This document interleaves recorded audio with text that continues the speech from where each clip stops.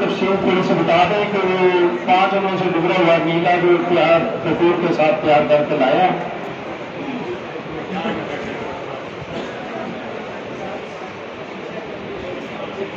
ये जो नीला बयान किया था मैंने थोड़ी देर पहले कि 5 तोला कपूर और 5 तोला नीला को गर्म करके कढ़ाई में आग देनी है तो वो ब्राउन कलर का तैयार होगा।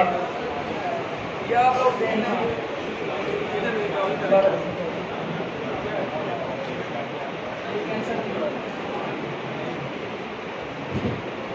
ये जी नीला तैयार है आपके सामने। ये हमने 5 अमल किए हैं। ये ब्राउन कलर का नीला तैयार हो गया। आधा चावल खुराक है।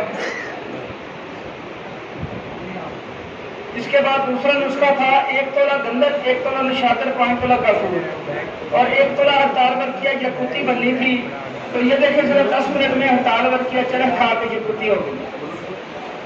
ये हड़ताल हमारी तैयार है, इस बर्तन में तैयार की है।